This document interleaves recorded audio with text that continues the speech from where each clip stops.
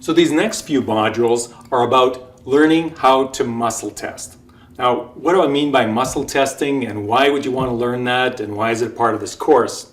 Well, muscle testing is a very effective way to have direct access to know what your subconscious beliefs are, whether you have a limiting belief or an empowering beliefs.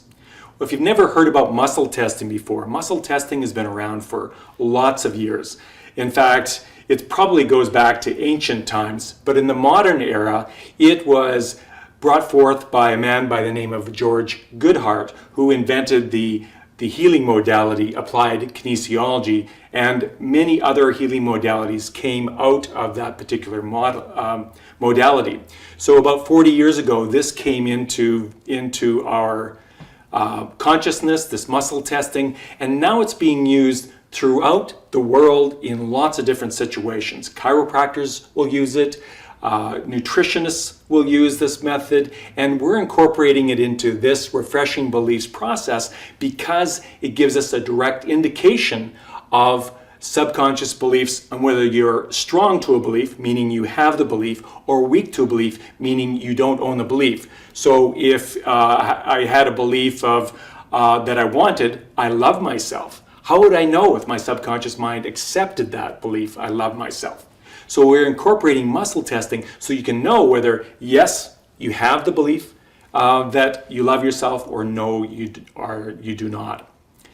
So the other thing about muscle testing with respect to this process is that you don't actually need muscle testing in order to do the processes. It's helpful, it's useful for the reasons I've just indicated, but this process is built so it's not absolutely necessary. You'll have all the tools to do it. If you don't find you can do self-muscle testing, or you don't have someone around to do muscle testing directly, you'll still do the process, you'll still be able to change beliefs. You just won't be able to verify with the subconscious mind whether it is strong or weak. And that verification is really useful for the conscious mind to know whether the belief is there or not, but not necessarily needed for the subconscious mind to actually do the work of creating your reality based on the belief, and it'll accept most of the changes that you do anyway. Now, the reason that muscle testing works with verifying whether a belief is strong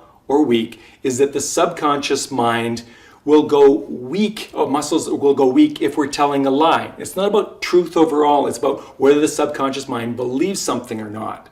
So the subconscious mind, as we talked about, runs our reality, and it runs our body. It sends us appropriate signals to our muscles to be strong or be weak. So the reason muscle testing works as a direct access to the subconscious mind is because the subconscious mind is running our body. It's running our muscles. If I want to move my arm in one direction, I consciously will say to my subconscious, move my arm, but I don't have to look at all the nerves and muscles and how they move to move my arm. And the subconscious mind, when it's under stress, when we've told a lie, just like a lie detector, when it's under stress, it'll have a zzz moment where it gets disconnected. So if we say something true, we can be strong in the muscle test, and it won't go into this disconnect. And if we say something false, like in a lie detector, it'll show up as a weak signal. And this way we will know that a belief is either strong to the subconscious mind, meaning true, or weak to the subconscious mind if it lets go and the muscle lets go. So that's the background on muscle testing and why we're doing muscle testing. And now we're going to move into actually learning how to muscle test someone else, and do self-testing so that you don't need anybody around and you can actually do the muscle testing on your own. So there's going to be 2 more modules on that.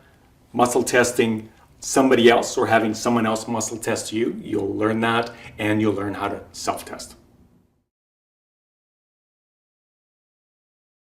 So in this segment, what we're going to do is teach you how to muscle test someone else. So what you can do is muscle test your beliefs, whether they're strong or they're weak, and then go through the process to change it, which you'll learn how to do later in the course. But this is fundamental to find out whether you're strong or weak to a particular belief. And in this case, I'm using, we're teaching you muscle testing for another person versus self-testing. In the next video, you'll look at how to self-test in some various ways. The reason why we're teaching you how to muscle test with someone else is it's much more objective than self-testing. When you're not attached to your own belief, when someone else is muscle testing you or you're testing them, it's much more objective and more likely you'll get better results. Self-testing will take a bit of practice to get just right so that you can be confident and trust yourself muscle testing. But within muscle testing someone else, it's really quick and clear results, whether you're getting the results you want or not. Okay, for this particular video and for this particular teaching, you can just follow along. I'm just going to follow the directions that are in your workbook, one step at a time. And in this particular part, just going to teach you how to calibrate someone else for muscle testing. Calibration means that you want the other person, you want to know how hard to push the other person's arm in order to get a clear result with the subconscious mind. You don't want to be pressing too hard for the person, and you don't want to be pressing too soft. If you press too soft with some people, you won't get any results at all. You'll get, everything will look like a strong. So you want to be able to adjust your pressure for the person you're testing so that you get clear results, clear strongs, and clear weaks. Are you ready to start? Absolutely. And all we're going to do here, Jen, is we're just going to test a few setup statements, like how you're feeling, stronger or weak for that, your name, and yeses and nos. Okay. So step one in the process says, as the person doing the muscle testing, that would be me in this case, is your partner may select either arm for testing and stand to the side overlooking your partner's shoulders. So which arm are we going to use? This one, is this arm okay? Now you don't want to use an arm that has an injury or something in it that's sore. So pick an arm with the person you're working with that is not injured in some ways and not going to cause any pain, because it's not about causing pain, it's about letting go of the pain of your life. So we're going to be using this, and you're going to stand off to the side of your partner looking over the shoulder in a muscle test, and so that they have a clear view forward and not looking at you. So we're set up right for step A. Step B is keep one hand resting lightly on their extended arm between the wrist and elbow and place the other hand on the shoulder for stability. That would look like this. So over here, not out here on the hand, just between here at the wrist and the elbow, somewhere here. And you can put your thumb underneath there to support the arm in this particular case. And you can just rest your arm a little bit on my thumb while I'm talking, because it's a little bit long with me doing this. And the other hand will go on the shoulder for stability. So this is where you start off. And then let me just say, hold here and just meet my pressure, Jen. Hold. Great, just like that. And I'm just pressing down. So the next step is C is a direction to your partner. You'll just have your body relaxed. It's helpful to have the chin parallel floor and your eyes open and looking down. Focus, and you should not be looking at me during the muscle test, just eyes looking forward or even forward and down. Then just before you press, you'll tell your partner to hold just before applying pressure, just like I did. So we'll just do it again. And the hold is a signal for her that I'm about to press, that she can meet my pressure. Hold. And I was doing a slight pressure. I don't know if that pressure is strong enough or not yet. We'll know once we do some more tests with Jen. And it says apply just enough gentle but steady pressure for about 2 seconds, or until you feel the muscle either lock in place, a strong response, or let go, a weak response. Your partner should resist the downward pressure, and you want to avoid bouncing the arm when you're doing these tests. A bouncing would look like this. Hold. I can make anybody go weak with it by bounce. It'll and you're not getting a true test there. You just want this gentle, even, steady pressure in a downward direction rather than bouncing. Hold. just like that.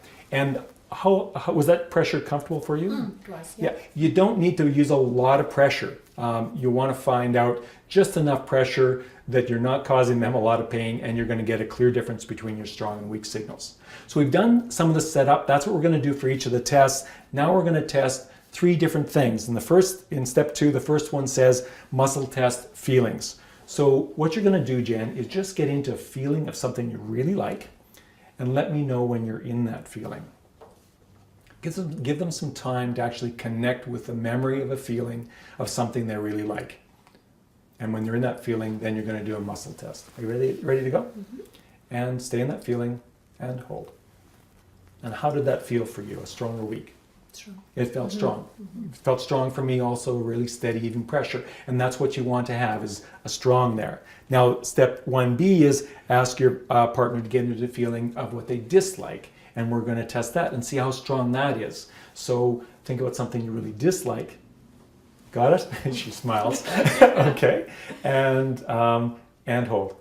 And that goes immediately weak. And is that true for you as weak? Yeah. It just drops. And Jen is a real clear muscle test. When she's strong, she's just steady. And when she's weak, it just completely lets go. You'll find variations of that in different people that'll be slightly weaker. You'll notice it doesn't lock in place, but lets go. You'll notice that with different people you test. So you want to have someone play with your muscle testing you, find out what your strongs or weaks are, and how much pressure to use, and adjust that to whoever you're muscle testing. So the next test we're going to do is test your name. And for this, a good thing to use is, first of all, their own name. My name is, and we'll test that. Say, my name is Jen. My name is Jen. And hold. So I'm thinking I need to say my full name. And yeah, so she's not resonating with, or actually the Jen that she needs to use Jennifer. Now we could change that if we wanted to, so that she could resonate with Jen in this process. We're not going to do that right now. And say, my name is Jennifer. My name is Jennifer. Hold. And she's strong to Jennifer, which is what we would want. And she was actually weak to Jen, which is interesting. And you want, that's a really good example of, if you've changed your name to something else and you're using a name that wasn't your birth name, your subconscious mind might not even agree with that. So you might get a weak to a nickname or something like, or a name that wasn't your birth name, and wasn't the name you were called when you were a child.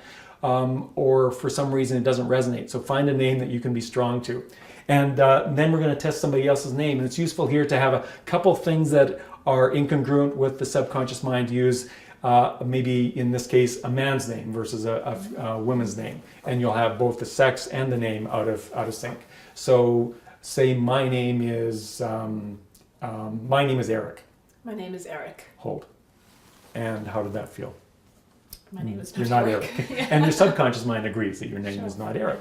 And the final test we're going to do is just say yes, yes, yes, yes, yes, over and over again, and then we'll test no, no, no. And this will allow us to ask yes and no questions of the subconscious mind and the superconscious mind. So just say yes, yes, yes, yes, yes, yes. Yes, yes, yes, yes, yes, yes, yes. Hold. Yes.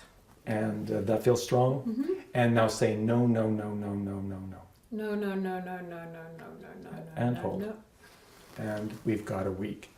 And so that is the calibration and how to do muscle testing. The directions are all in the form. And then you're ready to test any particular belief after that by saying a belief statement with meaning and conviction. Why don't we do this? Why don't we pick a belief, any belief at all that you want to be strong, and we'll just test that. We'll see if it's strong or weak. We won't do any change right now. Mm. So the same belief that I... You could, or you could just take, I'm worth $1 million, or whatever the money is, whatever you like. It could be money. I'm worth way more than $1 million. Sorry. You are. Absolutely. Yeah. Let's think. I love life. I love life. Sure. So we could test now a belief, I love life, for example, and see if right now it's strong or weak in Jennifer's subconscious. Say, I love life. I love life. Hold. And when you're testing a belief, you say it with meaning and conviction, and congratulations, you already have that belief. I love life. And that's what you'll be able to do with muscle testing.